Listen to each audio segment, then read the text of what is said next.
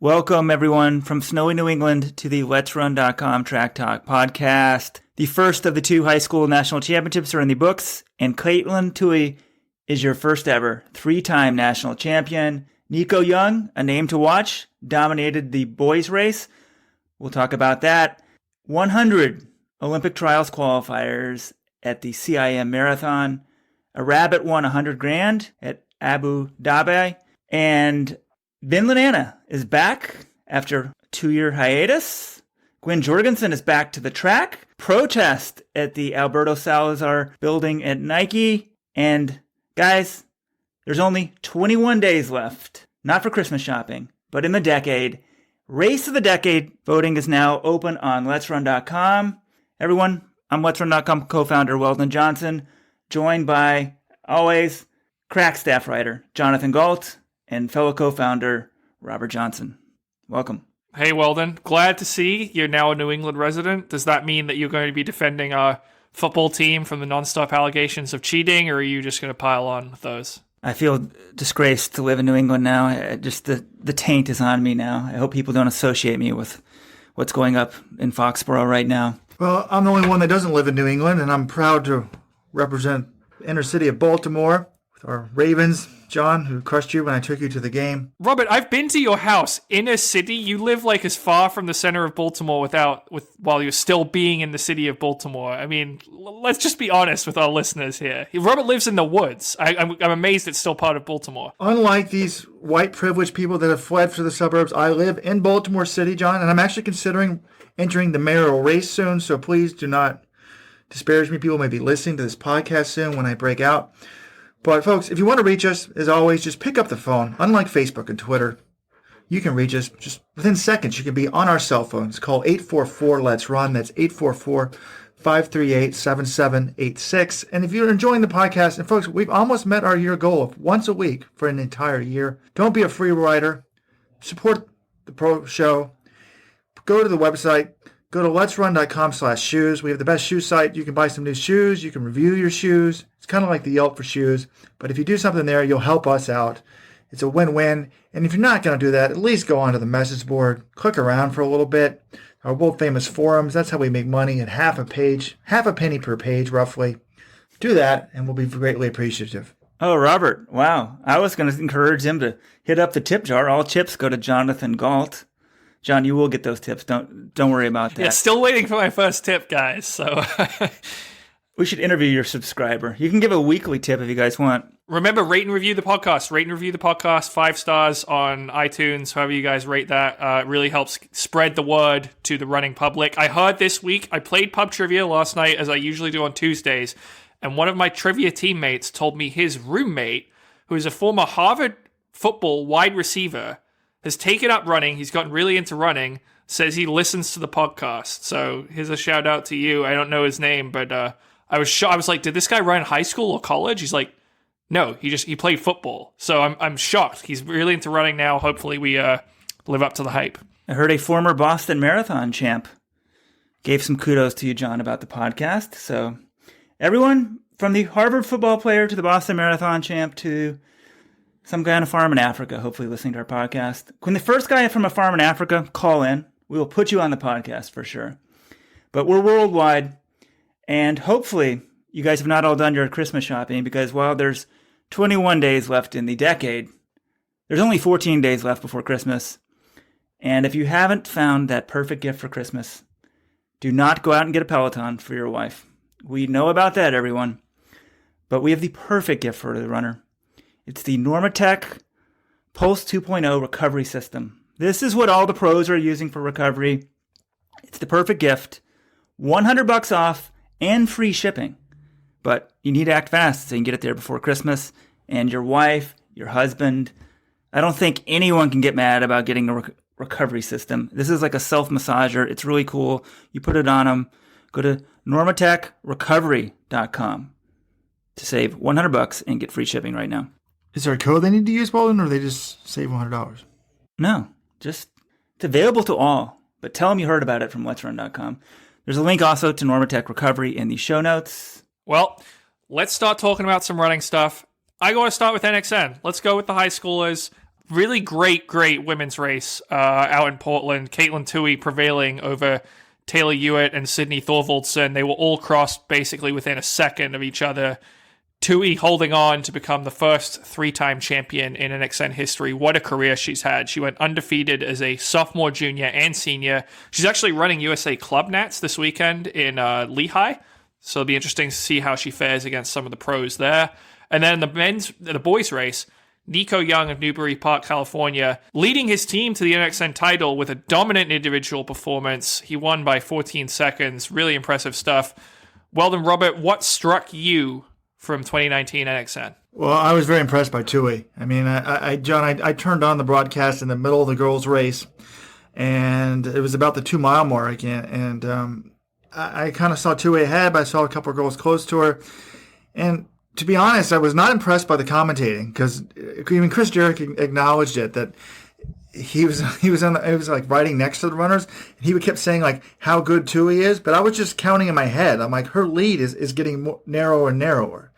She's still led by about 4 or 5 seconds, and then all of a sudden, like just roughly over 200 meters from the finish, the other two girls were right next, almost, I mean, not quite right next to her, but I'd say like 2 strides behind her, and I was like, oh God, she's screwed.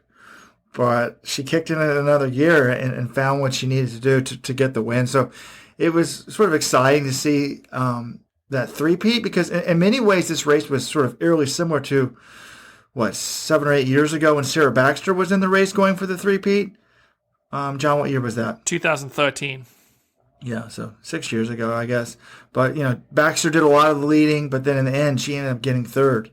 So it was really sort of, I thought, well-deserved to see her get one other big moment of glory at the high school, on the high school scene. Yeah, I think it's interesting. She's so used to crushing everyone in these races that you never really know how they're going to respond when they're actually challenged. And Tuohy responded. I thought when they caught her with 200 to go, I'm like, wow. I didn't think she was totally done, but Colleen Quigley said it on the broadcast. She looked exhausted going up those final 2 hills. They call them the terrace on that course. Her form, she was just, her head was going down, and she just looked so tired. So to come back and fight that last 200, really impressive stuff from her.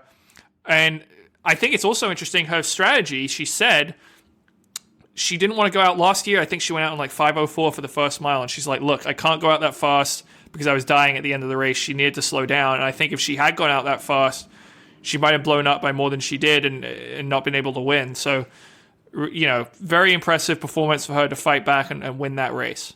I have a confession to make, guys. I'd be lying to say if I watched the race this year, but looking at the results, reading the analysis, yeah, it's an impressive win by Tuohy.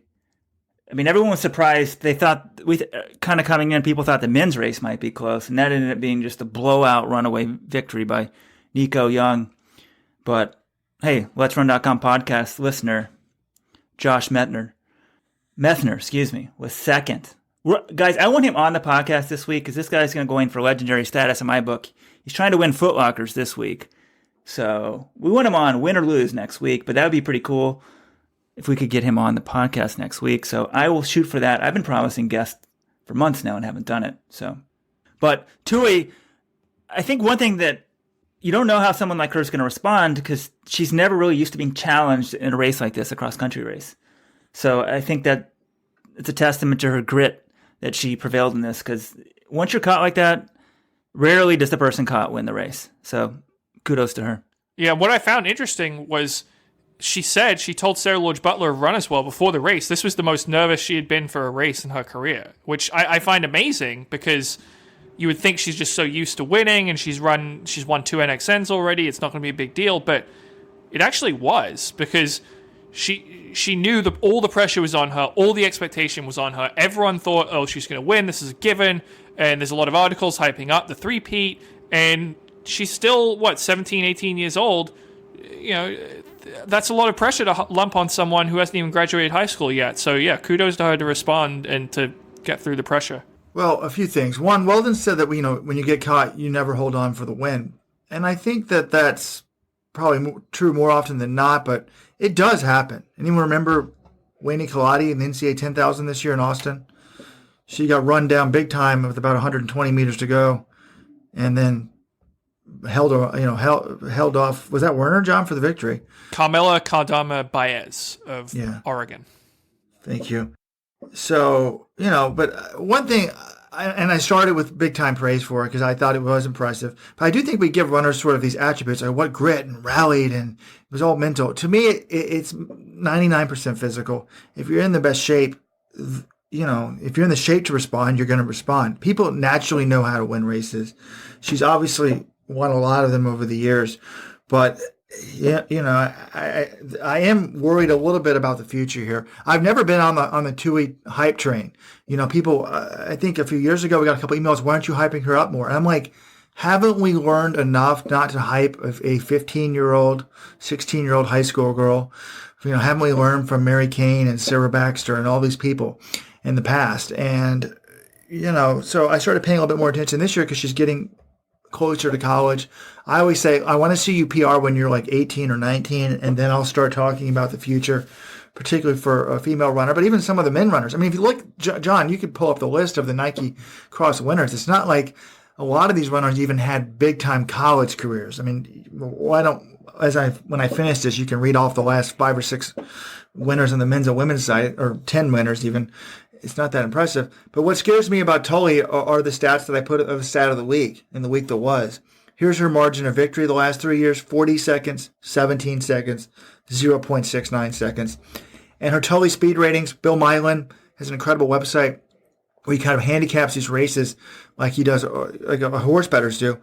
And, he gave her a 172 speed rating in 2017, a 167 last year, and a 163. So the decline is pretty consistent on the speed ratings of about 4 or 5 points. And each point is worth 3 seconds in a high school cross-country race. So that means that the Tuohy of 2017 would beat the Tuohy of 2019 by 27 seconds. So I think that, I don't know. I mean, I just, let's enjoy what she did now, but let's don't anoint her as the next great American female distance runner. Yeah, Robert, here's the NXN winners on the men's side, starting with 2007, Chris Derrick. He's had a nice professional career. He was very, very good college career. Reed Connor won a team national title at Wisconsin. Nothing notable really as a pro. Craig Lutz, decent college runner, nothing notable as a pro. Lucas Vosbikas, out of running. I think that was more injury related. Futsum Selassie, really good college career. He's starting out, still finding. He was 10-mile champion, I think, this year in the U.S. on the roads. Sam Wharton, okay for Stanford, nothing to write home about. Taylor Wilmot, I think, out of the sport with injury issues. Tanner Anderson, still running at the University of Washington. I think he just ran 13.4Ds. He's pretty good. Casey Klinger on a more mission, and then the last 3 guys, I think it's too close. Aiden Troutner, Liam Anderson, Nico Young. We just don't have enough to judge them yet. It's hard. I mean, it's just every level there's fewer and fewer stars, I think, because you're dealing with more and more people. I mean, you mentioned Craig Lutz there. I mean, he was pretty good at college. He was 4th in the NCAA 10K in 2015, but it's not like even someone like that, is like, yeah, he had a good college career, but. Well, I think correct me if I'm wrong. Oh, actually, no, I think Eric Jenkins was ahead of him that year. But here's the other thing. These guys go to the NCAA, and you might be one of the top Americans in the NCAA, but the top Americans don't always finish near the front of races because you have Kenyans, you have Australians, you have Brits. The quality of competition is drawing from a lot more talent pools than solely the American high school system. And what about the women's list, John? Yeah, I was about to say, John, comparing the men and women is very different just because of the body transformations. Yeah, no, I was going to pull out the women. So Chelsea Svensson, Katie Flood. Katie Flood won an NCAA title. I don't know if she's running anymore. Rachel Johnson. Svenson's the Texas girl that ended up being on the rugby team at Stanford, if I'm not mistaken. Yeah, I don't remember hearing anything about her in college. Rachel Johnson, she had a pretty decent college career at Baylor. I think last I heard, she was with Furman Elite. Sarah Baxter won twice. She never really did anything at Oregon. Alexa Ephraimson, still going strong as a professional, was pretty close to the U.S. team. Made the U.S. final, I think, this year in the 1500, but she's run well. Ali Ostrander, decorated college career, starting out as a pro, made the World Championships this year, so she's working out just fine. Katie Rainsberger started out really good as a pro, as a collegian at Oregon, hasn't quite got back to that level. She was 4th at NCAAs in cross as a true freshman, hasn't quite got back to that level recently. And then Bree Oakley hasn't really done that much as a collegiate, and then Katelyn Tuohy has won the last 3. So that's the women's list. Yeah, and Bree Oakley is someone who I was very highly of. I know we're not trying to judge them on their bodies, but I'm like, oh, this girl looks, like she's already matured, and I was expecting big things from her in college, which is very hard. You mentioned Sarah Baxter, John. 163 was the speed rating that Tuohy got this year when she did win NXN. It also was the exact same speed rating that Baxter got when she was going for the three-peat in 2013 and came up a little bit short. And Baxter really, didn't do any, had zero impact at Oregon as a collegiate. So we'll see what the future holds for Tuohy. Okay, guys, quick question. Over under Katelyn Tuohy NCAA titles. I don't even know where to begin, where to measure success for her. Some people want her to be, the next American sensation. Is that too high? It's just kind of crazy. But over under 1 NCAA title. I think that's a good place to start. She might get 10 NCAA titles, but there's also a very good chance she gets none. Yeah, I think you need to set the line at half, over or under 1/2 of an NCAA title. And because if you look at the list of women I just read off, only 2 of them won NCAA titles. Katie Flood in the mile indoors in 2012, and Ali Ostrander won 3 in the steeplechase. Now, Alexa Ephraimson, if she had gone to college, I think she would have had a very good chance, to win an NCAA title. She was running, she ran 4:03 in high school, so I think only one collegiate in history has won 4:03, so she could have a very good shot. I think Katelyn Tuohy will win one. She's been really, really good in high school, but would I bet money on it? I don't feel super confident. I don't feel that confident in it. But yes, I would go over 1/2. I'm going another direction, John. I'm going down to 0. I just think that while the website's motto is "Will your dreams to become reality," just like Weldon, he dreamed of the Olympics. He dreamed of a world championship team on the track, and he didn't quite get there. He was 4th. More often than not, it doesn't become reality. I think the stats say that it's less likely than not. So it's kind of like in a major marathon, you take any person or the field, you take the field. I think here with a woman, do you take the NXN winner as a national champion, or do you say yes or no? I think the answer, you're going to be right more times than not if you say no. Now, Tuohy's not your average national champion, but her speed rating this year is kind of average on that front. Being a former New Yorker, John, I can say it all. Former Texan. I'm actually a Texan permanently, but former New Yorker, now New Englander. I feel like I got it all covered except for California. Those damn flyover states. Just kidding, that was a joke. I'm from Texas. Wait, but Texas doesn't consider itself a flyover state, would it? No, we're our own country. So the rest of you 49 states keep effing up. We're leaving. That's what we always like to say. But in New York, I'd be at the Armory at times, and Tuohy was racing, and people were like, oh, she's different than Mary Kane. And they'd praise her coach, Brian Diglio, for, leading her in a different direction.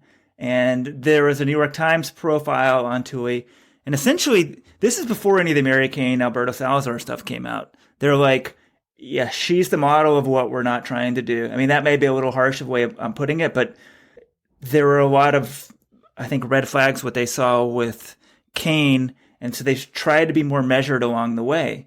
But if you kind of look at the results, like, she's not running quite as well in cross country as she was a couple years ago, and maybe they're sort of anticipated that. She's doing club cross country this year. They've done different races each year.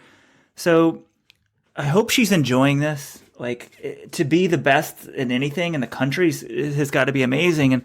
And whether that lasts or not, like, I think from all indications are she enjoys this, but future, who knows? So, everybody says, oh, the body type and all of that. People are going to develop, they're going to grow. That happens to everyone. So it'll be interesting to see where she is in 5 years. But I think they've learned from the Mary Kane experience and the pressures that were put on her. And also, I think some of this body stuff is going to be very, very interesting. But all indications from the beginning was she was going to college, and that will give her a few years to adjust, because even if she's not that great, I would say Ephraimson and Kane were at a whole nother level. And Tuohy's kind of at that level. Even if she isn't that great in college, she's still going to be a very good runner for a few years at the collegiate level. Yeah, I've been impressed by how Katelyn and her coach have been handling the whole high school fame thing and, success at such an early age. I think they've done everything, from what I can see, they've done everything they can to sort of navigate it well and manage expectations and that sort of thing. So yeah, wish her the best in college. Let's move to the men's race now. Robert, you have one more take on Katelyn Tuohy. Let's go. Yeah, I mean, I think it's great that the coach is doing a wonderful job. I think it's great that they're trying to not be Mary Kane. But that doesn't necessarily mean anything. To me, I read a great quote. I forgot where I read it, but biology is sexist. I don't think that Alberto Salazar ruined Mary Kane. I think that her biology let her down. Do I think Alberto Salazar probably ruined any chance that she had by trying to force it? Yes. But, Jordan Hsay should be the model here. There was a number of years where it didn't look like Hsay was going to be a star. And she ended up being one. She ended up moving all the way, but we thought she was in the high school, everyone thought she was a miler. So wish her the best of luck. But, you're defying the odds if you have, there are very few people that are high school, college, and pro stars. Well, the Hsay thing's interesting, though, because she went to college and she was very, very good in college. And then as a pro, she made the pro world's team right out of college. And then for a pro, she kind of struggled for a couple of years. And then she finally found her event. So that's an interesting trajectory. I think everyone's trajectory is unique. So we'll see what the future holds for Tuohy. And Hsay is interesting as well because Salazar sort of resurrected her career. Or not resurrected, but she speaks very fondly of him. So it's just, I think people love to paint it one way, like, this guy's a monster, he ruined everybody, and it's more nuanced than that. All right, let's briefly hit the boys' race. Nico Young, very, very impressive. I mean, he's been crushing course records all fall. He almost got the course record twice at the California State Meet course. He ran under 14:30 at Woodward Park 2 times. And before the race, they were saying his coach told them, yeah, Nico, we held him back in that race. Like, it was all about NXN and producing the best performance possible. And that's what he did. He went out and took control of this field almost from the gun, just crushed everyone. Really, really impressive stuff. And this is a guy, remember, I mean, he ran 8:40 for 3,200 meters last year at the Arcadia Invitational, breaking the meet record. And that's a meet that most of the top high schoolers run every year. I mean, to run 8:40 there as a junior, really impressive stuff. I got to say, I know we don't want to, hype up high school kids too much, but this guy looks special to me. I mean, from what I saw from him, that talent, that aerobic. The other thing I thought was interesting was he looks like he's out of breath. Like 1 mile into the race, he looks like he's like dying, but he's not. He's just really good at pushing the pace. So I really liked what I saw from that guy. I think he's going to do some big things, but we'll see. Well, 8:40 doesn't really lie, John. I mean, that's a very good time. The margin of victory was impressive. Now, the total speed rating, 2:05, is not historically great by any stretch of the imagination. One thing I would say that might be going against him is, he runs in Newbury Park. They have a very good coach, a very good program. They won the team title. So, but sometimes you think, if they're really well coached in high school, they're not going to improve as much. I mean, very few of the Fayetteville Manlius girls have done anything in college of note. But Galen Rupp had good high school coaching under Salazar, and he ended up developing quite well. So, future, we'll see what happens there. John, one interesting thing that caught me as a coach was I always thought a lot about this, and I noticed this when I was coaching in college at Cornell. NCAAs, they have the 4-team podium, which is kind of absurd. I know you hate that, John. It should be a 3-team podium. Actually, correction to last week's podcast, John said Vivian Chariot didn't get on the podium in Valencia. Well, maybe if they had 4 on the podium, John, she would have been there. But they take the top 4 teams at NCAAs up on the podium, and I noticed that like some coaches go up there and some don't. So like Mark Wetmore, the Colorado coach, never goes up there. But this year, I think 3 of the 4 men's coaches did go up there. Ed Eystone of BYU went up there. I think on the women's side, it was 2 out of 4. But there was some criticism of Newbury Park. They've got a young coach. He went up on the podium, and people are like, he's the only coach that went up there. That's, ridiculous. And I was like, just because the other high school coaches, I defended him. I was like, why is this controversial? Most of the college coaches do it, or at least they did do it this year. I'm like, to me, I don't know why it would be any different in high school. I think maybe, is it just societal norms? Like no one else does it, so that you don't see anyone else going up there, so you're afraid to do it yourself? Or is it something because there are kids versus young men? I don't know. What's your take on it, John? If you win a championship, are you putting your coach up on the podium with you? Yeah, I don't have a problem with it. Now, I will say, watching the broadcast, he did strike me as sort of the most exuberant high school coach I've seen. I usually watch the award ceremony at NXN every year, and I couldn't remember a high school coach who was more excited than he was. But that's also, he was his first national title, and Newbury Park, they have a good program, but it's not like Fayetteville Manlius. They win pretty much every year. Bill Aris, I think he usually goes up on the podium, but he's not freaking out like those guys. The coach's name is Sean Brosnan. I think it's great. Of course he's celebrating. He just coached the national champion team title and a dominant individual victory as well. It's not like he did one or the other. He did both. And he's part of this. And the coach, Bill Belichick, gets the fucking Super Bowl trophy, excuse my language, and shakes it like a madman. Like, well, of course the coach should celebrate. I saw that thread, immediately knew what it was. It's some other jealous high school coach, out probably from Colorado, and just doesn't like him and wanted to try to bring him down. The worst people, we talk about moderating a lot in Let's Run, the worst threads are coaching threads because they involve people's jobs and they're kind of competing with each other. They're way worse than like some 16-year-old kid posting. So congrats to Sean Brosnan on a great coaching job. We should probably have him on the podcast too, because not only did he coach the team, but also the individual. And I think that's much harder to do. Wait, which one do you think's harder? I think the team one's harder. Doing both, I think, is harder. Well, yes, obviously. Of course it's harder to win both. I mean, just math says that, but very impressive accomplishment. And, the person criticizing him was like, oh, he's living vicariously through the athletes. And I was like, yeah, of course he is. Like, I don't know. When I was helping Weldon run, I'm a twin brother, so it's a little bit different. But in some ways, I was like, I felt like I was doing it. I know I wasn't. And same thing, probably when I was coaching at Cornell, particularly when you're young, like, I don't know. I wrote him back and said, look, your biggest asset as a young coach is you're so close to these guys. And it also is, there's a negative to being that close to people. If I got back into college coaching, I wouldn't want to know, what parties they went to all the time and who they were dating all the time and every little drama in their life. Sometimes there is an advantage to being a little bit more distant. But I don't know. He's a young guy. He feels it. He's passionate. And they're obviously thriving off that energy. And it was good to see, I think it was Doug Souls, one of the California coaches, really defending him there as a good guy and a good coach. So congratulations to Newbury Park, Nico Young, and everyone at NXN, and good luck to everyone at Foot Locker this weekend. So, moving ahead, not sure where we should head. Oh, we've got some breaking news here. This just in. We've received confirmation from USATF that Robert Johnson has retroactively been awarded a qualifier to the 2000 US Olympic Marathon Trials. Clearly, with the new Vaporfly technology, his 2:23:13 at the 2000 Las Vegas Marathon would have been worth a trials qualifier back then. Robert, what is your reaction? Wow. Did you at Weldon ask for this, or did USATF just grant this to me for my contribution to the sport? I think it's Vin Lananna's, it was his first movement. Once he was reinstated as president, he said, we have to right this wrong. The tragedy of Robert Johnson has been remedied. This is so great, John. It's a great honor. I felt like I never really accomplished anything in running.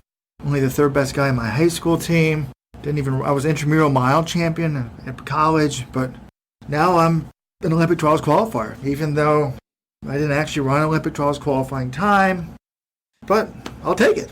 Yeah, so obviously we're joking here, but this 2:23:13? I mean, the standard was 2:22 at the time, Robert. So you probably, I think if you had worn the Vaporflies, you would have been able to get that standard, but I don't know if you would have been able to run 2:19, which is the current standard people had to hit, and that's one that a lot of people did hit at the California International Marathon this past weekend. 34 American men, in fact. Yeah, maybe the 2:19 now is equivalent to the 2:22 standard pre-Vaporflies. But John, we brought this up now because the Cal International Marathon was last weekend. 34 American men, 66 American women, 100 total, broke the 2:19 and 2:45 standards. Now, some of those were repeat qualifiers, so it's not like there's 100 new qualifiers. There's probably 90 new qualifiers. I think we're up to close to 250 men now qualifying for the trials, 500 women. Truly amazing. I mean, amazing's one way for it. I would say these fields are bloated. It's ridiculous. Every athlete is going to have like personal bottles. I mean, how the fluid situation alone, they already had to change the course to accommodate it. I still think it's going to be a mess. I don't know. I just, what do you think, Robert, is the ideal number for the Olympic trials? Because it's going to be close to 750, and that is way, way too many. Well, I don't think that running 500 people in a marathon is way too many. I don't think that's a problem. I mean, Boston, New York run 50,000 people, so that's not an issue. My issue is I don't think they all need their personal bottles. Having 500 personal bottles is going to be a nightmare. So, come on, let's be reasonable. If you haven't broken, 235 or 215, sorry, you don't get your own personal bottle. Maybe just do top, I don't know, 100 for bottles or 50. I don't know. It's just something reasonable like that. But I think it's good for the sport. I mean, a lot of people stay into it. I don't really have a problem with the standards being lax. I think 245 is probably a little bit. I mean, that 245, John, that's over 30 minutes off the world record. Yeah. The men's standard is only, 17 minutes off the world record? It just seems a little bit off. Hey, folks, but this is a good example. The whole world is not some sexist conspiracy. Lots of things happen, and it's just, life's not perfectly fair for everybody. So sometimes a man gets screwed. Sometimes a woman gets screwed. Sometimes a child gets screwed. Sometimes a white person gets screwed. I'm not saying that there isn't white privilege and discrimination, but I'm saying not everything is some grand sexist or racist conspiracy. Here we have it. Proof. I'm not saying that a marathon isn't equipped to handle, 500 women and 250 men or whatever the numbers are going to be. I just think, I'm first of all, huge credit to everyone who has qualified. Like 219 for a man and 245 for a woman. Yes, they're attainable, but you still got to work your ass off to get to those numbers. So to say that, I don't want to cheapen their achievements in any way. With that said, I do think this is the Olympic Marathon Trial. This isn't the Boston Marathon they're qualifying for, where like most decent fit people, if they really put in the work, and do it. You need to be a pretty elite runner, or you should need to be a pretty elite runner to make the Olympic trials in the marathon. And I do think, I don't know, maybe call me an elitist, but I think the standards should be a little harder. Like, look at the standards on the track. If you make the Olympic trials on the track, you're a damn good runner. Like, that is not easy to do. And I think it's a lot easier to do in the marathon, and maybe it should be that way, but I think it should be harder than it currently is, and it will be for the next cycle. Now they're not tied to the Ted Stevens Act and making the trial standards easier. A few things here, John. First of all, of course it's easier in the marathon. I mean, the marathon can handle a lot more people than the track race. So it's a lot harder to make the track because there's a limited number of people we can put on the track. In the marathon, we don't have that problem. So, and also just the marathon, like it or not, fair or not, is a much bigger event than a track event. I mean, we're doing right now, again, Race of the Decades, folks. Go to letsrun.com. We've got 64 races, the 64 best races of the decade, or 64 of the best races. And they're battling it out. We're going to name the Race of the Decade. But we've broken it up into 4 regions. And one of the regions basically is marathons, right? Just because there's so many good marathons every year. So I'm not opposed to there being more. I don't even have a problem with it being 220 on the men's side. That's a round number. We could do 220 and 240. How many would there be if there was 240? Maybe 235? I mean, I think it keeps a lot of people in the sport. There's a lot of good stories. And it's not like everybody makes it, John. You and I both know. John's got a dear friend, Dartmouth teammate John Blade. I feel for you. 219.0 something, John? 219.08, yeah. He made, I think the 2016 trials, he made it by like maybe 5 seconds or 1 second in the half. Oh, so he has qualified. So he qualified in 2016. He did not qualify for 2020. He missed it by 8 seconds. And an ex-athlete of mine at Cornell, David Melly, he was on pace at CIM for about 22 miles, and he blew up, ran 222 flat, 221.59, something like that. He wrote a great piece in Citius Mag, and I didn't think about this, John, just to watch the 30-second segment from 2:18:45 to 2:19:15. You see the highest of highs and the lowest of lows. Although the problem is they do let people in if you run like 2:19:02 and your gun time and your chip time is under. So it's not as clear cut, but there is a lot of drama there. Well, I will say one thing about the standards being relaxed. They relaxed them midway through the last Olympic cycle, and they kept them the same for this cycle, is that it draws in people who maybe wouldn't have thought they would have had a shot at this, or maybe wouldn't have taken the sport as seriously if the standards were harder. They would have just said, Olympic trials, it's not for me, I can't do it, I'm not good enough. And making the standards easier, you open the door to those people, and I think a lot of people have seen, hey, this is attainable, especially with the Vaporflies out there helping them. I think it's got a lot more people invested and excited in the Olympic trials. That's definitely a good thing. You're going to have, look at all those women, 500, ranging from the elite of the elite to just like pretty good runners. That's great that they're all invested to the sport to that degree, and they all get to test themselves on the same course. That's nothing but that's a good development for the sport. Right. I think it's great. And I just think that maybe we don't, the Lananna Track Club stepped up and said, we're going to pay for all the B qualifiers. So I'm fine with having a huge number if we don't pay for them all, and if we don't give them all, their special bottles, just from a logistics standpoint. So if we want to do 500 and 500 again in 2024, I'm not opposed to that. But I am sort of, let's maybe cut down on the expenses a little bit, or put it up in the prize money. But John, that wasn't the only marathon this weekend. We have one we had Honolulu, right? Course record in Honolulu, Titus Akiru. It was right around 208 flat, which is really impressive. That's a tough hilly course. To run that fast is super impressive. Yeah, 207.59. You got to remember, the guy who had the old course record, Lawrence Chirono, he just won Boston and Chicago this year. So Titus Akiru, definitely watch out for him. I would expect, Honolulu is a good stepping stone marathon to World Marathon major success. So watch for him in a major in 2020. Yeah, and I don't want to go off on the Vaporflies again, but even the Honolulu race director was like, I never thought we'd see this in Honolulu. Robert, come on, be honest. You do want to go off on the Vaporflies. You always want to go off on them. I just think the new shoes are amazing. I think they're amazing. I just think that don't want to see what we had in 2016 happen in 2020. We need to set the rules. And actually, the IAAF came out yesterday to Fox Business, of all people, got the IAAF to talk about the new shoes.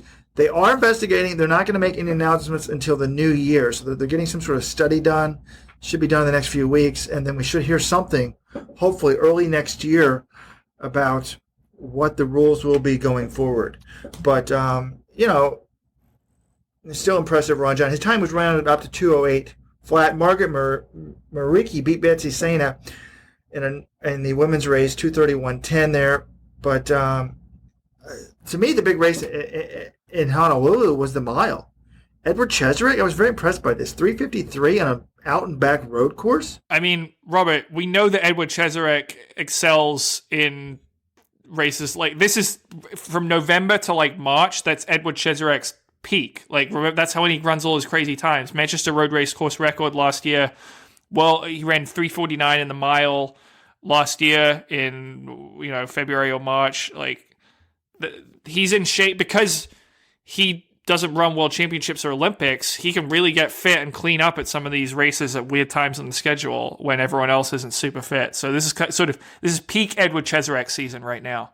And congrats to him. Just proposed to Sharon Lokedi. She said yes. So that's a fast running couple out there. Both of them NCAA champions during college. Yeah, so I was going to mention the NCAA titles between the two of them. Cheserek won, I was looking this up the other day. How can this be, John? 17 NCAA titles? That's more than 4 a year, obviously, and he didn't even run his senior year outdoors. Well, sometimes he ran more than one in a season. That also counts 2 DMR titles. Maybe this is a strange concept to grasp, but maybe Edward Cheserek was really, really good at running. I mean, he just dominated the NCAA when he was in it. It's not a surprising stat to me. Sharon Lokedi also won NCAA title, 2018 NCAA outdoor title in the 10,000 meters. And folks, their child could be like the future Olympian for the U.S. We have a lot of future Olympians in my mind, John. Remember when Tirnesta Baba had a baby in the United States? She just gave birth to another baby. I don't know. I think it was...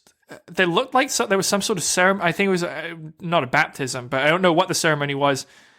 she just had another kid. I don't know if that kid was born in the United States or not, but those two, right there, that could be, part of your future Olympic team, because her husband, Salesh Sahini, is a Olympic silver medalist in the 10,000 meters. This is sad. I didn't even realize she'd been out, John. I was thinking that was too many marathoners. But I started a thread on the message board. Didn't get a lot of traction. I was trying to figure out which is faster, a road mile with one 180-degree turn on it, or a track mile, which has 8 turns. I assumed that the track mile would be faster, but maybe not. Well, it depends on the conditions for the track mile. If you're running it at BU, which would have 16 turns, that would still be faster. If it's still weather, no wind, you have good pacing, it's really sort of depends. But yeah, 180-degree turn, that's got to slow him down a bit. So with that in the middle and still running 3:53, that's pretty damn fast. It looks like Weldon is back. Weldon quietly had to take care of some chores at his new house that he just moved into last week. Weldon, have you heard the breaking news? While you were gone, John got an update from USATF. I am now a 2000 Olympic Trials Qualifier. We're wondering how this makes you feel. You no longer are superior to me. We both have made the 2000 trials. Did they give you 4th place at the USA 10,000 meters twice as well? Boom! Drop the hammer on him, Weldon. That's a crazy thing. Like, some of these old guys, I mean, I don't know if you guys have, what exactly you guys have been talking about, marathon trials at all, but like Bernard Lagat, it's like my generation. I'm just so shocked that a guy like that can still run at that level. But Robert, welcome to the club. I don't know what else they're going to give out. This would be great if everyone we can kind of modify all sports performances about 2 to 4%. I think rewrite a lot of record books. Yeah. Jesse Owens. We've actually run the numbers, and Jesse Owens' run in Berlin, when you take into account the Cinder track and the shoes he was wearing, 9.50 new world record. I mean, that's sort of, that's sort of what we were joking about, but.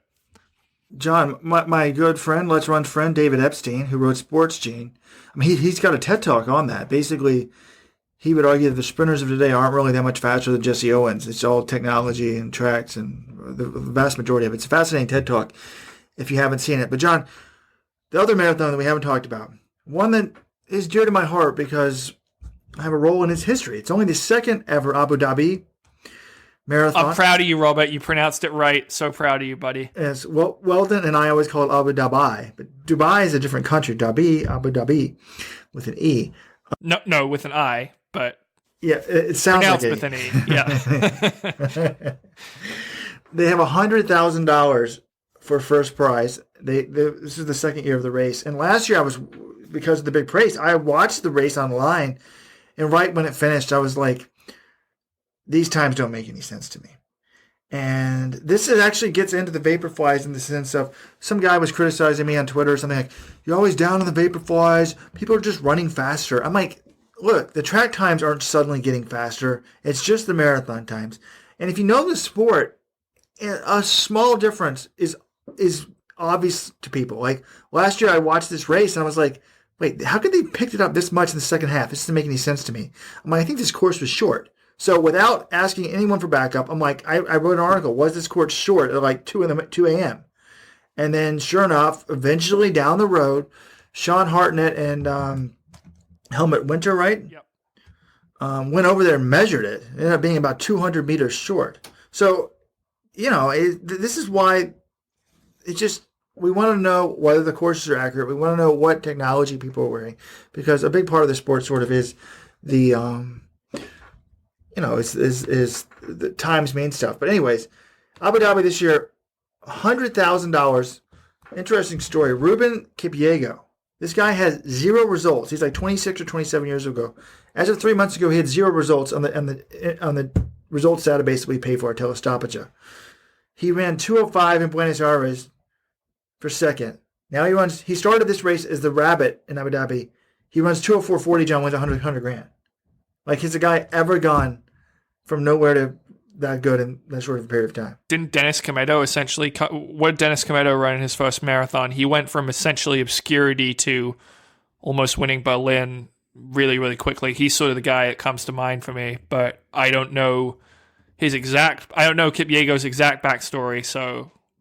Okay. Now, John, I'm going to ask you a question. Based on these, I tried to estimate, for some reason they don't have them in the IAAF marathon rankings yet, but I tried to figure out how many points it would be worth.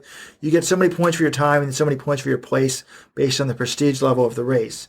So 205, I think it was like 18 or 16 in Buenos Aires for second, and a 204.40 for first here. John, guess where he will be ranked in the marathon world ranking? Well, since I read the week that was, I already know where you projected him to be ranked. Maybe you should ask Weldon this question. I forgot I put it in there. Only like 62. That shows you how many good marathoners are. Or it shows you the flaws in the world rankings. And Robert was saying, oh, if anyone knows his backstory, we want to know more about it. We want to do a story on it.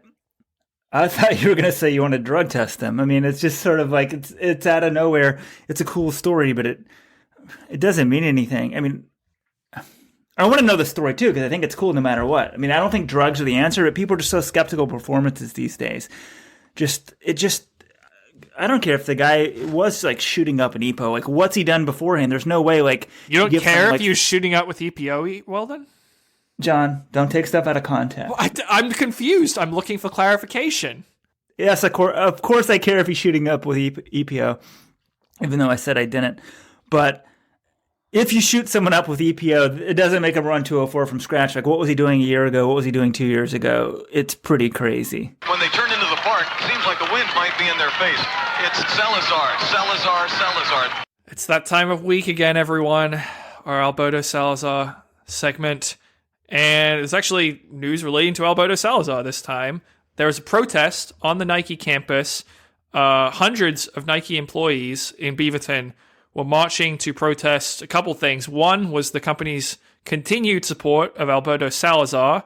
They're reopening a building that was named for Salazar, and they have not renamed the building. They're just keeping his name on it, even though they've stripped it from other sort of disgraced sporting figures such as Lance Armstrong and Joe Paterno. And then the other reason for the protest was to protest the company's treatment of female employees and sponsored athletes.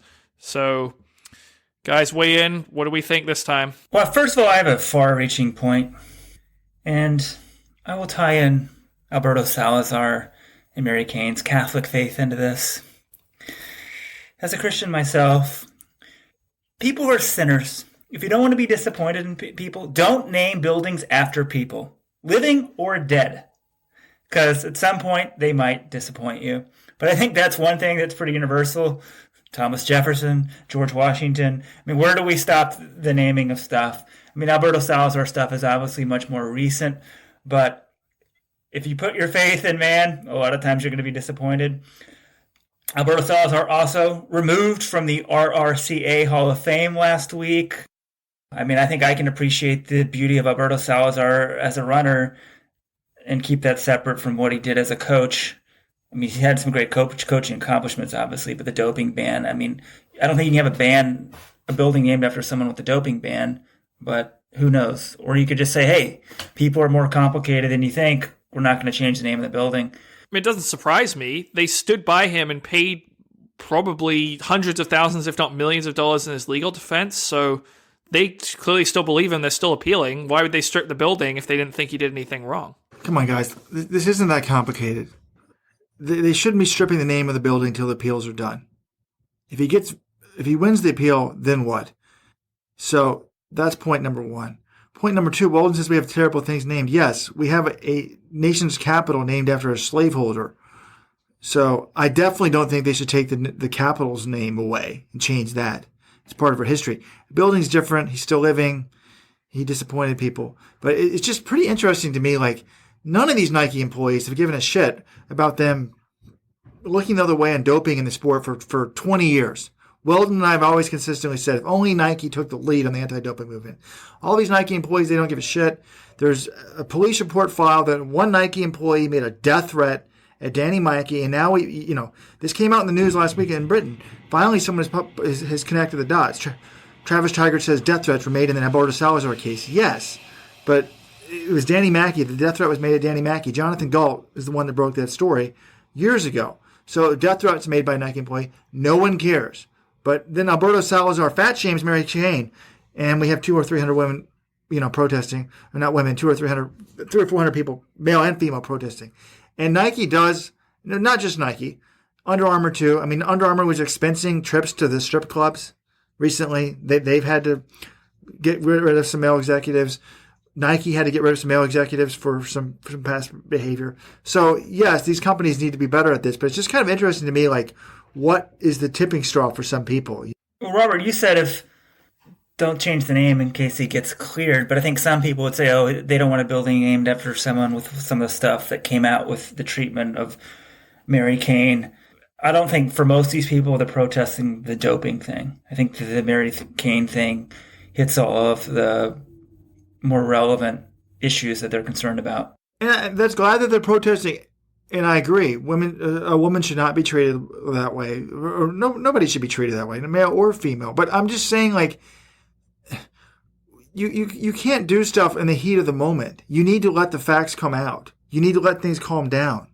You know what I'm saying? Like, you need to be let an investigation be run before we, I don't know.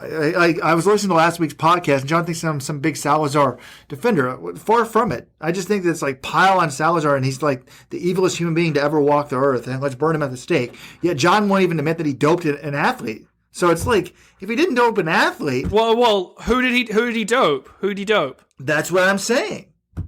It's like, oh my God, he did all these horrible things. What do you mean? I won't admit it. I don't know what you're talking about. You're criticizing. Of course, he quote unquote doped Steve Magnus, who everyone knows wasn't an athlete when he got the El Carnitine, and he wasn't doping him by using an over limit allowable injection or infusion of a non-legal. The substance was legal. The method, it was illegal. So yeah, he didn't dope an athlete, but he broke the rules. Right. I said that last week you were giving me a hard time for saying I'm a defender of him. I'm not really a defender. I went on record and said that if you asked me, do I think, gun to my head, I die if I'm wrong, do I think he actually one time massaged Galen Rupp with androgel? I'd have to say yes. I think the likelihood of that is over 50%. You won't even say that. So it's just interesting, sort of. That's an opinion, Robert. I'm entitled to my opinion. And 2 weeks ago, I said, look, this is the only one of the few people. I went with Alberto Salazar is so crazy that he might have actually doped his own son to see if Rupp could be contaminated. I actually think he's that, as Jorgensen said it best, he's crazy about everything. I'm not saying that he doesn't deserve a ban. I'm not saying this. I just think that, like, it's very fascinating how this, once something gets in the pop, once you get in today's culture, once you get on the wrong side of the mob, man. Again, there are reasons for this, though. Like, the stuff he did, he broke a bunch of rules. He was doling out prescription medication like it was candy. And then the way he treated Mary Cain and a lot of the other female athletes in the Oregon Project, I think there are justifiable reasons why a mob has formed. Also, I would be remiss if I allowed this conversation to end without mentioning that becoming my role as the grammar police and mentioning Robert used the phrase tipping straw, which I found to be a very amusing combination of the straw that broke the camel's back and the tipping point. So I just found that pretty amusing, but that's just me getting a laugh. Maybe fan of Let's Run Malcolm Gladwell can come out with a new book. If you're going to ask me for my opinion, no one did ask me for my opinion. Should his name be on the building if he's convicted of doping? I guess not, but at the same time, I'm not for stripping the names off Washington, D.C. So is it just because it's current? I don't know. John, what do you think? Yeah, I would say no. If you have been banned from the sport for 4 years and add in the Cain allegations, yeah, I don't think that's something Nike should be honoring. And just because there are Robert E. Lee statues in the South, or because Washington or Jefferson or some of the founding fathers held slaves, so, okay, that's a different issue. That shouldn't be Nike's defense for keeping the name of this guy on the building if it comes out, if his appeal is not overturned. Okay, but you're not honoring Alberto Salazar for the Mary Cain stuff or for the doping stuff. That building was named after him for what he did as a runner. Does Martin Luther King? Did the street names have to come down for Martin Luther King? Should we name things after O.J. Simpson? O.J. Simpson was an amazing Hall of Fame football player. You want to name stuff for him because what he did, bad things that weren't on the football field? I mean, come on, Weldon. What about Martin Luther King? What about him? Do we take down the names for them? Why would we take down Martin Luther King's name? You guys didn't hear there were very serious rape allegations against Martin Luther King this year, written by a very reputable liberal person. I would say no. He still did tremendously great things in America, and he could have done heinous acts as an individual that aren't 100% obviously proven. And I think the difference here's where I was going to go with. The difference is you're selling Alberto Salazar as a sportsman, and then he cheated at the very sport, would have been deemed as cheated as a coach at the sport. So I think it's more relevant you take it down. And then also there's employees there, female employees, who don't like how he treated other employees, and it's part of the culture at Nike. So I think it's more relevant to take the name down there. But it kind of goes back to the bigger point I have, is if you name buildings after people, a lot of times it's just how far do you want to go to find something where you can be disappointed in them, I think, to some extent, for most of these people. Yeah, that's a fair point. All right, let's move on. Let's talk. I'm going to break out. Robert, you have one more comment on this issue? Since we're supporting the women here, the women's movement, I would like to support the women here. There's a breaking story. This will be the biggest story in 1 week's time, and I will probably break it to the world. Sometimes we miss the forest from the trees. And I forgot to talk about this when we were at CIM. One of the 66 women to break the 245 barrier and qualify for the Olympic trials, I have learned, is transgender. And this is going to be a big story. It only has 3 or 4 posts on the message board right now. I'm shocked that it's not getting bigger. Has a man, or someone who was born a man, ever qualified for the Olympic trials in any sporting event in the United States history? I'm not aware of it. You mean in the female division? Yes, a lot of born men have qualified for Olympic trials. I was one of them. And you are too now, one of them as well, Robert. Congratulations once again. But it's not that, I don't think it's going to be that big of a story. Maybe it will be. I think we learned about this possibly last night, and John had one of the most stupid comments ever. This is not stupid. You were saying, I was saying, if her identity isn't known publicly, we shouldn't just be outing trans people. That's. Oh, no, not that comment. Your comment of what? Is it male to female or female? Oh, yeah. Sorry. I think we know if someone's qualified for the trials and they're transgender, generally it's going to be a male to female. Yeah. This woman does appear to be out as a transgender. I don't think she was hiding that fact, because there was a question. There was an AMA with her on Reddit, and she brought it up casually. So a couple things. One, John said, "Oh, should we out this person?" And I don't even think we need to use her name now, because we can just discuss in general this topic. But in terms of sport, elite professional sport, I think if someone is transgender and they haven't publicly announced it, I think now there's enough questions on whether it's an unfair advantage. I'm fine with them being under scrutiny there. So I think it's a somewhat different issue. What someone does in the private life is very separate. But if you want to compete at an elite level and your biological sex is different than your professed sex that you're competing as, I think there's different societal issues there, and it's worth discussing.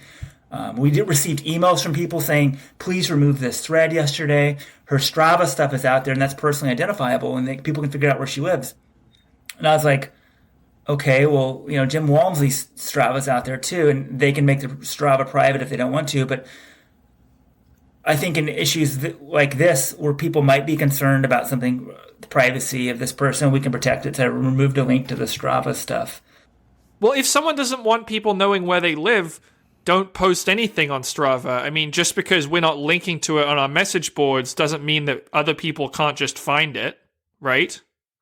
Agreed. And that was the point I made to this person. But out of respect, I was like, look, I'll remove it. But this person is sharing their own Strava stuff and doesn't feel uncomfortable sharing where they're running and that sort of stuff.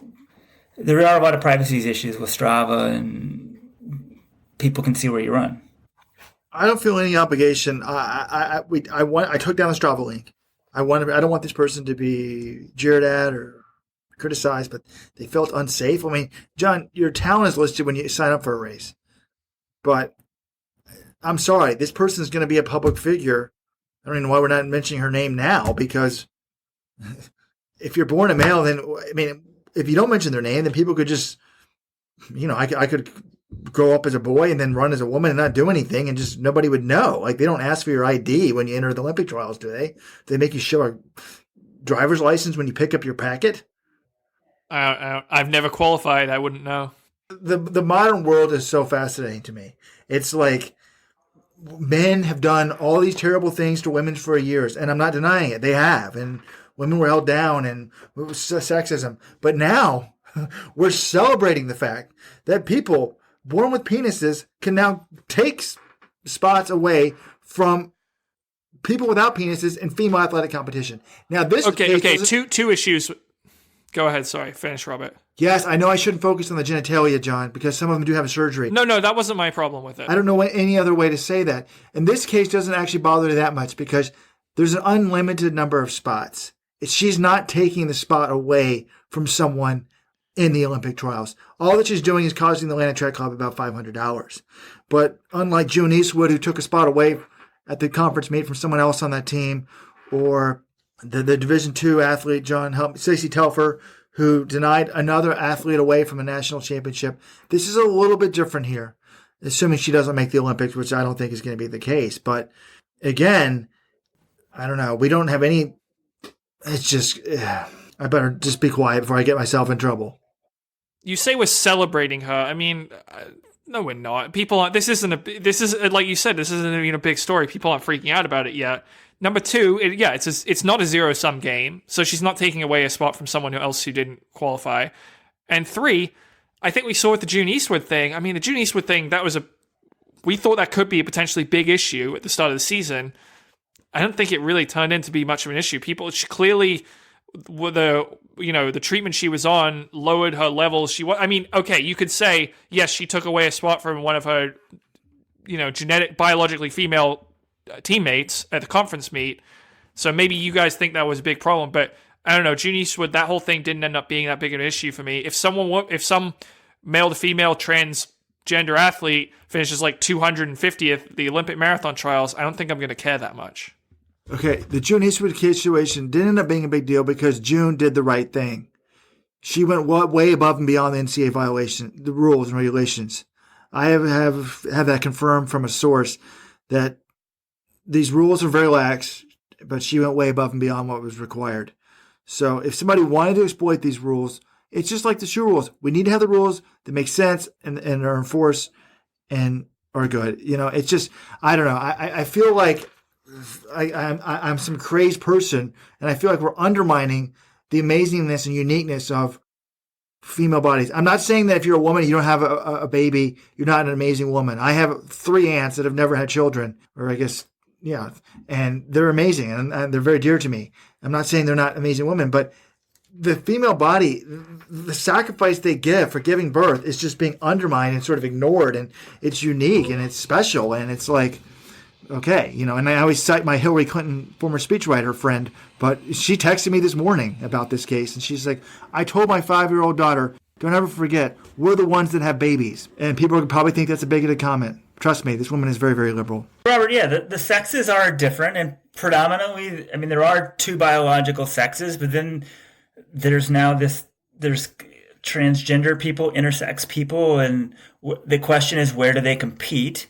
And I think at elite sport, the argument can be made that transgender people should not be allowed to switch sexes. The current rules are that, at least the NCAA rule is a joke because there really is no cutoff in place. But the IAAF rule is if you lower your testosterone to a certain level, you can compete. And I think at that level, no one's shown it's still an unfair playing advantage, at least in track and field. In other sports where height is something in an advantage, like basketball, you still would have an advantage.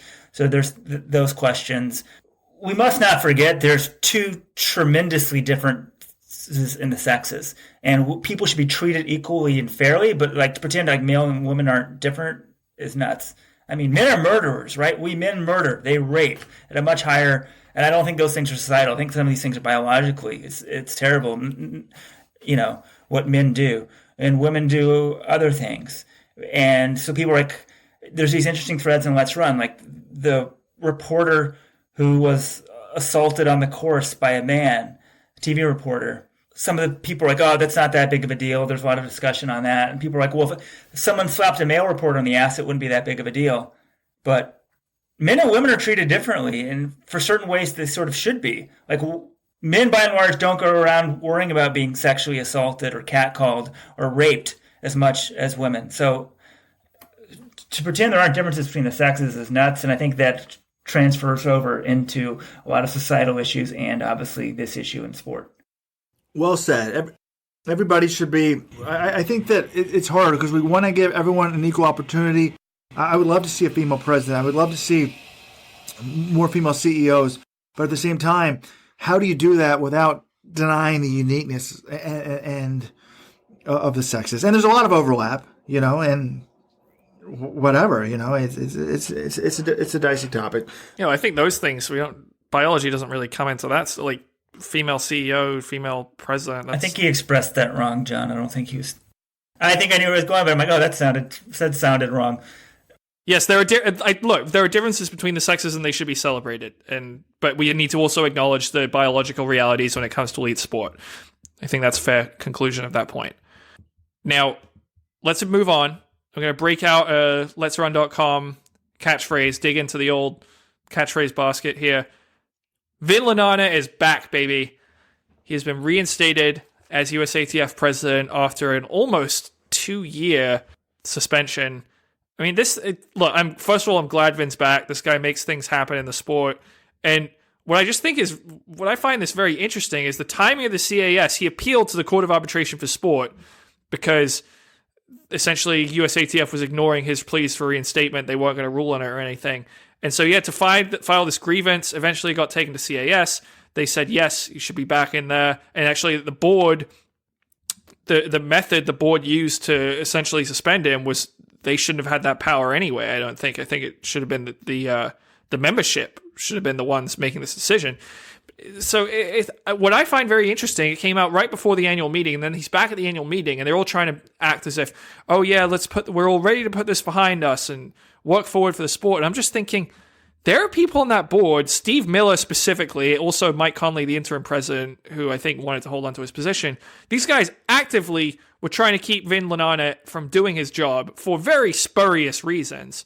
And I don't know, I hope that it doesn't affect their ability to make things happen, but it's just kind of crazy. Vin's working with these guys now, knowing they didn't want him on the board, and they were trying, I would say, underhand tactics to keep him off it.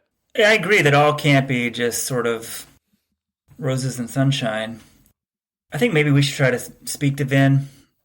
I think, John, you were the one who spoke to him earlier this fall when he took over the program at UVA. But legally, and I talked to him at USA, so he's like, I can't talk about any of the USATF stuff. This grievance has been filed. So now that he's won the grievance, maybe it's time to hear from Vin.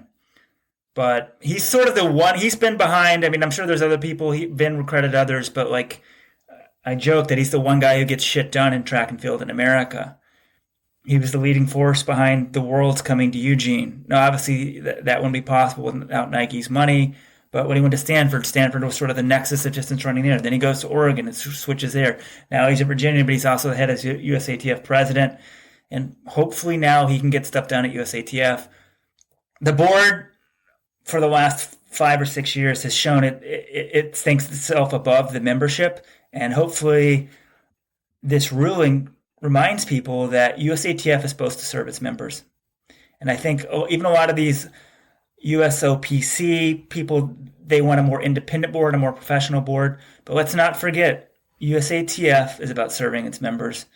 And this was a victory for those members. And the members, and I think by and large, have all supported Vin Lananna. And let's give Vin a chance to do his thing at USATF. Yeah, what I just kind of find ridiculous is he was suspended. The suspension came down in February 2018, I believe. So it was almost 2 years. And now his term, he's got 1 year left in his term. He was elected in November 2016 at the USATF annual meeting.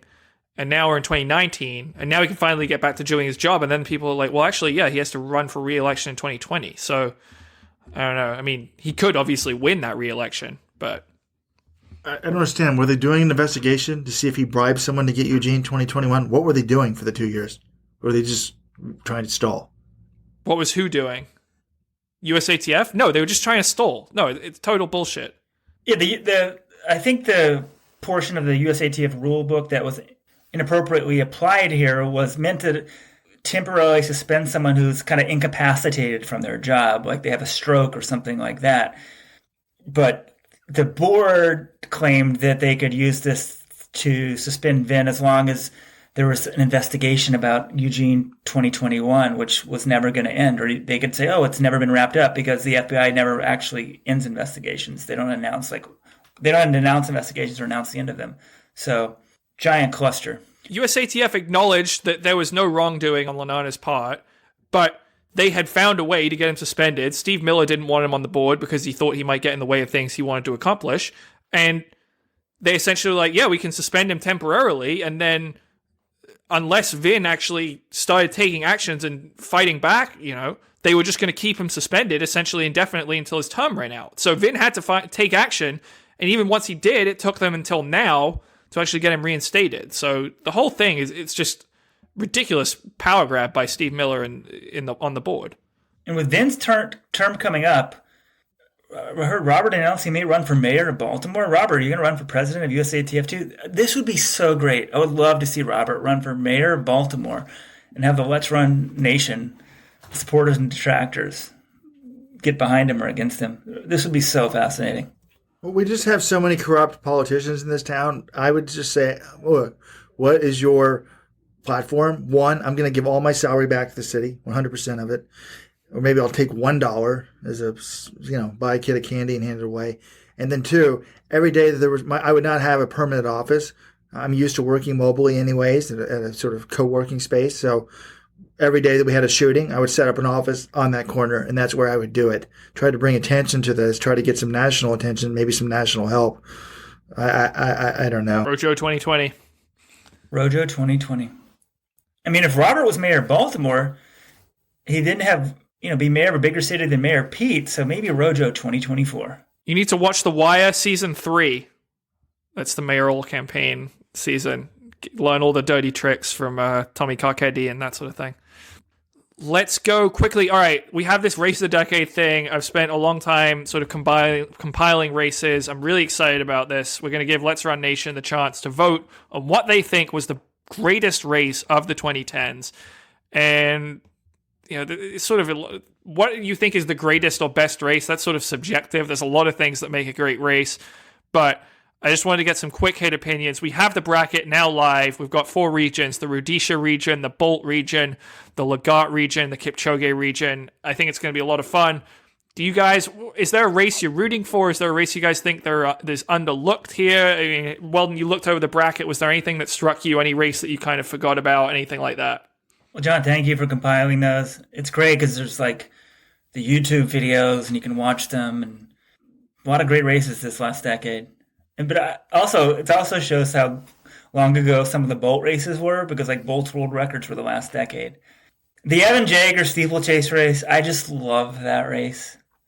So that may be my race of the decade. It's obviously not the most impressive race of the decade. I mean, it got IWF moment of the year, but I think it represents like so much of like what we dream for and coming close to dreams and maybe not getting it. And there's the announcing call was so great. Some of these great races, like the calls aren't that great or they're not that close at the end, but I just love, they were so invested. Like Evan Jager. Tim Hutchings is screaming, "Get up, Jager!" Like, it's amazing. Yeah, that was a great one. I'm going to lobby for my Jager race. I'm going to play a little audio here just to try to get people pumped up. Give this one some voting, please. Into the home straight on the final lap, the clock showed 7 minutes and 40 seconds. Jaeger was in front with one more barrier to negotiate. Surely he would not be denied his sub-8-minute run. And this crowd here in the Stade de France appreciate what they're seeing, because Evan Jager is surely running for a sub-8-minute clocking here. The coach he's gone down. Jager, get up, concentrate, move, keep going. I never get sick of listening to that race call. So I think that's my race of the decade. Not sure it's the race of the decade, but love to hear some of your favorites. One that I really was fond of, and maybe it's just because this was one of the first meets I covered for Let'sRun.com, Lawi Lang, Edward Cheserek, 2014 NCAA Outdoor Championships, 5,000 meters. I mean, Lalang had been the king of NCAA for the past few years, and then in comes this hotshot Cheserek. He upsets everyone to win NCAA cross, and then just looks unbeatable. He wins. Like, Lawi Lang had entered NCAA indoors that year, was trying for the mile, 3K, 5K triple. Everyone's like, oh my God, Lang, could he win all three? He'd run... I mean, by this time, he had run 13 flat on the track and like 333, I think, in between in the summer of 2013. And so he looks just unstoppable. Cheserek comes in, destroys him in the 5K. The triple is over before it starts. And then he goes to the 10K at NCAA's outdoors, and he closes in 24.8 for his last 200. Just blows the doors off Shadrach Kipchirchir, who turned out to be a real stud. And I'm just thinking, I'm like, oh my God, this guy's he's never going to lose another NCAA race for his entire career. And then Lawi Lalang, great champion that he was, he comes out in the 5K, and there's a bunch of guys in there. There's like Kennedy Kathuka and Mohamed were also trying to push the pace because they kind of knew they didn't have a prayer against Cheserek in a kick. And Lalang goes out there, he runs a 4:09 final mile. Him and Cheserek coming down the straight, both of them, they're lapping a couple Dartmouth runners while it's going on. I found that really interesting. We had two guys in the race, Curtis King. John Blade, the guy we shouted out earlier, who just missed the Olympic Marathon Trials, he was in that race getting lapped by these guys. And they're just fighting each other down the home straight. The Haywood Field's going insane, and it's one of the greatest 5,000s I've ever seen, and I was glad I kind of got a chance to include that in the bracket, because it was it's near and dear to my heart. John, that's an amazing race that you had. I mean, think about that. Mohamed was like a scrub compared to Cheserek, and look where Cheserek is now. This is why I think if Cheserek gets U.S. citizenship, watch out. I mean, Mohamed almost... Did he medal? He did medal. Put some respect on Mohamed's name. He medaled, and then he broke 27 in the 10K at Worlds. Yeah, and Cheserek can wipe the floor of med, so we'll see there, but... Well, 5 years ago he could. The reason why should be the race of the decade is, how in the hell two Dartmouth guys make NCAAs and then get lapped? What? In a 5,000. Well, they got lapped because the winning time was 13:18. So they ran 14:30 at an NCAA meet? Well, I mean... Oh, wow, lapped in a 5K, yeah. I think it was a 10K. It's pretty bad. It was a fast winning time. They didn't have the best races, but hey, they made the meet. That's pretty impressive. I mean, as someone who never made the NCAA meet, if you get lapped in a 5,000, I think you should hang up the spikes permanently. Someone who never made the NCAA meet, someone who never ran an NCAA competition, Robert, I think is the correct words you should use. No comment. I've got some comments, though, on social media. They're like, look, why are we even having this discussion? Rudisha's 800 at the 2012 Olympics is going to win this thing. It's not even going to be close. Like, do you guys see this as a runaway for that race? I kind of feel like that to me was the race of the decade, and I think it should win, but will it win? I don't know. When I think of races that, like, I don't remember what I was thinking when. I remember the Zelensky 26:59. I mean, that race was set up for Rupp. That was the Rupp American record race, and then Zelensky not only gets the record, he also breaks 27 minutes. That was very unexpected. Now, for non-U.S. viewers who weren't watching that race live, and actually, I don't know if I was watching it live. I feel like I was. But, I mean, obviously there's a U.S. bias. I don't think it's a done thing. I think this is what's interesting about this. What is the greatest race? It doesn't have to be the most significant. It doesn't have to be the most... It could be the most exciting. There could be an American bias. We have... The fans are voting. There's more American viewers on our thing. What about that Cahal Dennehy call race? Did that not make it? From the depths of hell. I did consider racing it, including it, but the stakes were just it was the Irish University Championships. I was just like, I'm sure there are a bunch of great comebacks that just weren't on YouTube. Like, I'm sure there were some great high school races somewhere that something epic happened. The stakes just weren't that high compared to everything else. But Robert, I got to say that the Zelensky one, that's also, that was a great race, because I remember logging on to Let's Run the next day. I think I had been interested, I looked on the next day, and I go on, and it's just this big splash page, and it says 26:59 ... Zelensky ! And there's just a picture of him celebrating, and I'm like, what in the world just happened last night? Like, it was Galen Rupp. It was supposed to be a coronation. It's like Chris Zelensky, like the big burly white dude from Wisconsin. He's the guy who broke 27 minutes. I thought it was amazing. that race may have pushed Alberto over the edge. Apparently, they were having placards made for Rupp and or T-shirts. I would love to have those. If anyone has one before they were thrown in the trash, please send it to me. I'll pay $1,000 for it if someone has it. It would be an all-time thing. So go ahead and vote in that. Folks, before we leave, though, I'd like to take a victory lap. We made the bold prediction that Gwen Jorgensen would not win the Olympic gold in the marathon in 2020, folks. And what a bold prediction, John. I'm kind of kidding. We actually said she had a 0% chance of winning Olympic gold. But we now know that won't be the case because Gwen is doing what we thought she should do. Move back to the track. She showed some promise in the track, John. And she'll be moving back to that. And then hopefully she still dreams of the marathon, but not in 2020. Yes or no, guys? Will Gwen Jorgensen make the Olympics in the 10,000 or 5,000? I still don't think she'll make the team because the U.S. the 5,000, actually, the U.S. is getting a little bit more competitive in that. She needs to be under 15 minutes. I think it's just hard to do at her age. But she has one of the greatest coaches in the world, a great training group, a lot of great facilities. She did show promise on the track in 2018 when she was getting ready for the marathon. So I think she's going to be a very intriguing candidate. And you said victory lap. I mean, I don't think we should be... Yes, I said that she had a 0% chance of winning Olympic gold, but I don't want to be stomping on her dreams. I think it's awesome that she made this decision to go for running, that she set a big goal, that she attacked it ferociously. You know, her body, she got injured. It didn't work out for her, but I applaud her for going after it. And I do really think, you know, she could be a serious contender in the 10K or the 5K. I think one of the things to watch for, she's going to, I know, you know, she wants to root for her Bowerman Track Club teammates at the Olympic trials, but she should be rooting for Molly Huddle and Emily Sisson to make that team, because if they run the marathon, they don't come back for the 10K. Whereas if like you get Des Linden or Amy Cragg, I don't think those women are going to be, or even Jordan Asay, I don't think those women are going to be running the 10K at the Olympic trials. So if you get Huddle and Sisson in the marathon team, that's two less people to worry about in the 10K. Good point, John. But yeah, 15:15 for 5,000 is a hell of a lot better for 2:36. So I think it makes it interesting. You're right, John. I mean, she's the Olympic champion in the triathlon. It's been, people get mad that she gets more publicity than runners who are faster than her. Who cares? It's a great story. It's fascinating to watch. There's a Q quotient there, and I'll be following it closely moving forward. But it'll be fun to watch. Yeah, do you guys think she'll make the team? I don't think she can't make the team. The chances are way bigger than 0% that she makes this team. I mean, who are the other contenders, right, if they all run the marathon? Well, look at the people. If Infeld's back and healthy, she's much better than Gwen Jorgensen in the 10K. Marielle Hall just ran a phenomenal race in the 10K. Those are two people just on Bowerman Track Club.